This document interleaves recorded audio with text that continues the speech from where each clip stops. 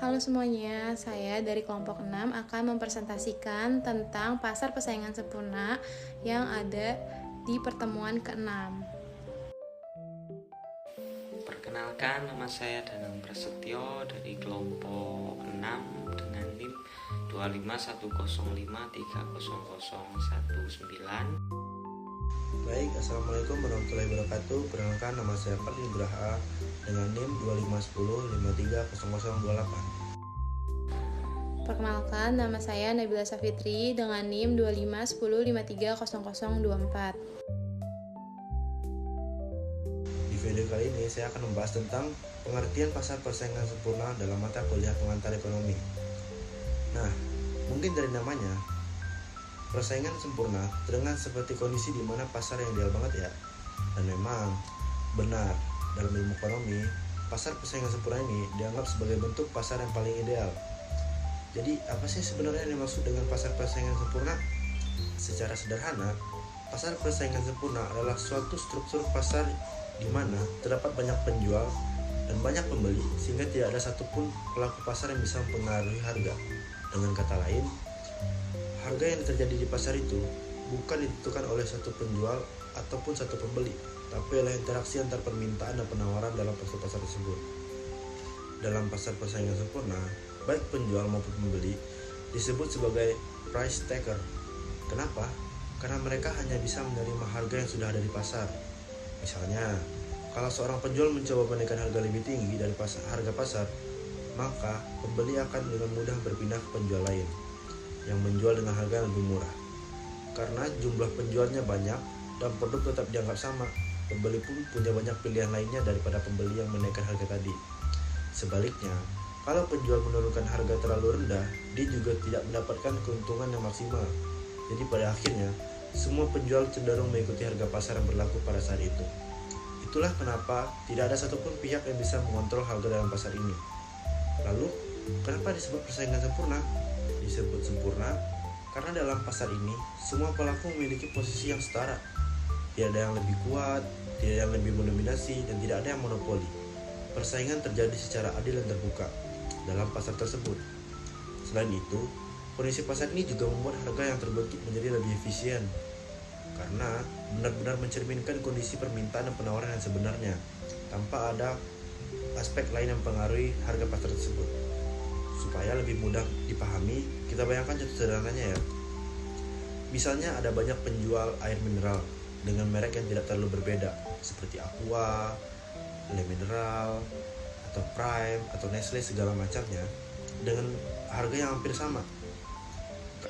Karena pembeli merasa produknya mirip dan memiliki kualitas yang hampir sama, mereka akan membeli dari penjual yang harganya paling sesuai, paling masuk akal, dan tentunya paling murah. Contoh kasusnya adalah pada sebuah pasar, harga dari satu botol Le Mineral adalah mungkin 5.000. Tentunya pembeli akan mengikuti harga pasar tersebut dari setiap penjualnya. Dan tidak mungkin seorang pembeli akan membeli harga Le Mineral yang bisa dikatakan 8.000 pada suatu penjual, karena itu tidak akan mengikuti harga pasar tersebut dan itu tidak akan efisien dan tidak worth it lah bagi seorang pembelinya. Kalau ada satupun penjual yang menjual lebih mahal, pembeli tinggal pindah ke penjual lain. Dan seperti yang dijelaskan di awal tadi, kalau ada satu penjual yang menjual lebih mahal, pembeli tinggal pindah ke penjual lainnya, dikarenakan banyaknya penjual pada suatu pasar tersebut. Jadi, penjual tersebut tidak punya kekuasaan untuk mempertahankan harga yang lebih tinggi untuk satu produk yang sama dan harga yang berbeda di pasar tersebut. Dan dari situ, kita bisa lihat bahwa harga benar-benar dikendalikan oleh pasar, bukan oleh individu, baik itu pembeli maupun itu penjual, karena banyaknya penjual ataupun pembeli di pasar tersebut. Jadi ketersediaan produk di pasar tentunya dapat bervariasi dan banyak pilihannya. Jadi dapat kita simpulkan bahwa pasar persaingan sempurna adalah struktur pasar dengan penjual dan pembeli yang banyak, yang dimana produk yang dijual itu adalah homogen atau identik. Dan harga ditentukan oleh mekanisme pasar yang dimana penjual bertindak sebagai price taker, penerima harga, dan bebas keluar masuk pasar. Contohnya adalah pasar hasil pertanian atau komoditas. Penjelasan tambahan, Harga terbentuk secara alami melalui permintaan dan penawaran pasar, tidak terpengaruh oleh penjual maupun pembeli. Semua penjual pembeli hanya mengikuti harga yang sudah ada. Selanjutnya adalah ciri-ciri dari pasar persaingan sempurna yang akan dijelaskan oleh rekan saya selanjutnya. Terima kasih. Ciri-ciri persaingan pasar sempurna. Ciri yang nomor 1, banyak penjual dan pembeli. Pasar persaingan sempurna memiliki jumlah penjual dan pembeli yang sangat banyak. Tidak ada satupun pelaku pasar yang mampu menguasai atau mempengaruhi harga pasar secara signifikan. Karena jumlahnya banyak, masing-masing penjual hanya memiliki pangsa pasar yang sangat kecil. Hal ini membuat mereka tidak memiliki kekuatan untuk menentukan harga sendiri. Begitu juga dengan pembeli, mereka tidak bisa menekan harga karena jumlahnya juga banyak. Akibatnya, harga ditentukan oleh mekanisme pasar atau permintaan dan penawaran. Intinya, semua pelaku pasar adalah price taker atau penerima harga. Selanjutnya, ciri persaingan pasar sempurna yang kedua, produk yang homogen atau seragam. Dalam pasar persaingan sempurna, produk yang dijual oleh semua penjual bersifat homogen atau identik. Artinya, barang yang dijual satu penjual sama persis dengan penjual lainnya, baik dari segi kualitas, bentuk, maupun fungsi. Karena tidak ada perbedaan produk, konsumen tidak memiliki alasan untuk memilih penjual tertentu selain karena harga. Contoh, beras, gandum, sayur mayur di pasar tradisional. Dampaknya tidak ada persaingan kualitas atau merek, hanya harga yang menjadi faktor utama.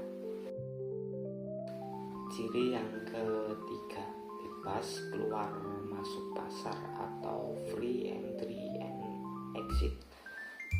Pasar persaingan sempurna memberikan kebebasan penuh bagi perusahaan untuk masuk atau keluar dari pasar. Jika suatu usaha dianggap menguntungkan, maka banyak pelaku baru akan masuk ke pasar. Sebaliknya, jika merugi, pelaku usaha dapat dengan mudah keluar tanpa hambatan besar. Tidak ada hambatan seperti izinnya sulit, biaya tinggi, atau monopoli teknologi. Dampaknya, keuntungan besar hanya terjadi dalam jangka pendek. Dalam jangka panjang, keuntungan akan menjadi normal. Untuk ciri yang keempat, informasi sempurna atau perfect information. Semua pelaku pasar, baik penjual maupun pembeli, memiliki informasi yang lengkap dan sempurna mengenai harga, kualitas barang, dan kondisi pasar. Pembeli mengetahui harga termurah, sedangkan penjual mengetahui harga yang berlaku di pasar. Dengan adanya informasi yang transparan, tidak ada pihak yang bisa mengambil keuntungan secara tidak adil. Dampaknya, tidak ada penipuan harga, harga cenderung stabil dan adil. Dan ciri yang kelima, tidak ada campur tangan pemerintah. Dalam pasar persaingan sempurna, pemerintah tidak ikut campur dalam penentuan harga maupun jumlah produksi. Harga sepenuhnya ditentukan oleh mekanisme pasar, yaitu interaksi antara permintaan dan penawaran. Pemerintah hanya berperan sebagai pengawas agar pasar berjalan dengan baik.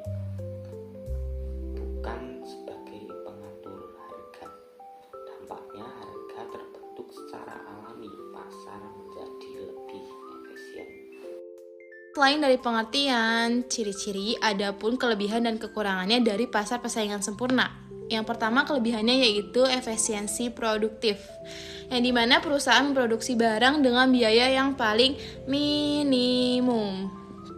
Jadi, ia menggunakan cara yang paling efisien sehingga biaya yang dikeluarkan itu sekecil mungkin. Nah, dalam jangka waktu panjang, ia menggunakan biaya yang paling rata-rata itu terendah.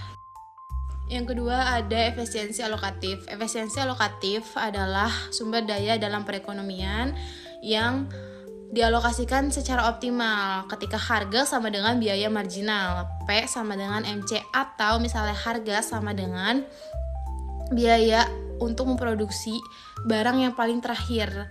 Kondisi ini juga menunjukkan bahwa jumlah barang yang diproduksi itu sesuai dengan kebutuhan masyarakat. Nah, ini juga memberikan manfaat bagi konsumen dan membuat kesejahteraan bagi keseluruhan. Nah, yang ketiga ada harga barang terbentuk secara adil dan stabil. Jadi, harga itu ditentukan oleh interaksi antara permintaan sama penawaran. Karena jumlah banyaknya pembeli dan penjual kayak sama rata banyaknya, jadi nggak bisa ada pihak yang memengaruhi harga itu. Nah, ini juga jadi positif karena harga itu menjadi adil, transparan, dan mencerminkan pasar yang sebenarnya. Yang keempat ada kebebasan bertindak dan memilih. Jadi di pasar produsen bebas keluar masuk ketika berjualan karena nggak ada hambatan gitu. Contohnya misal dia mengalami kerugian, ia bisa langsung keluar, bisa langsung berhenti jualan di pasar itu. Tapi ketika dia melihat adanya keuntungan, berarti dia bisa ikut berjualan ketika dia mempunyai lapak yang ada di pasar itu. Nah, konsumen juga bebas memilih antara kebutuhan sama referensi mereka gitu. Jadi nggak bisa diatur sama produsen juga. Yang kelima ada persaingan yang sehat. Jadi dari banyaknya penjual dan pembeli, kita nggak bisa menguasai pasar atau menentukan harga pasar. Karena pasar sifatnya homogen atau sama. Jadi harganya itu harus sesuai dengan pasar karena biar nggak ada yang dimanipulasi. Dan kita juga nggak bisa bersaing lewat kualitas ataupun merek. Kita hanya bisa bersaing lewat efisiensi dari biaya yang kita produksi untuk dijual. Karena ini juga membuat menjadi adil gitu harganya karena sama gitu. Jadi kita nggak bisa nih mau mereknya kita sebagus apapun, kita nggak bisa bersaing lewat merek. Kita hanya bisa bersaing lewat biaya yang diproduksi kita tuh paling efisien.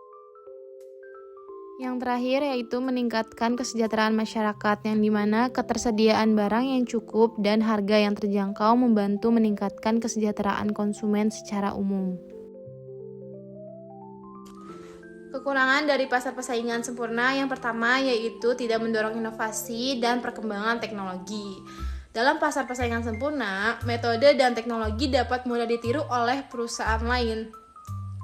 Jadi perusahaan ini nggak bisa memanfaatkan keuntungan dalam jangka panjang dan perusahaan lain pun tidak termotivasi untuk melakukan penelitian baru atau melakukan perkembangan teknologi baru.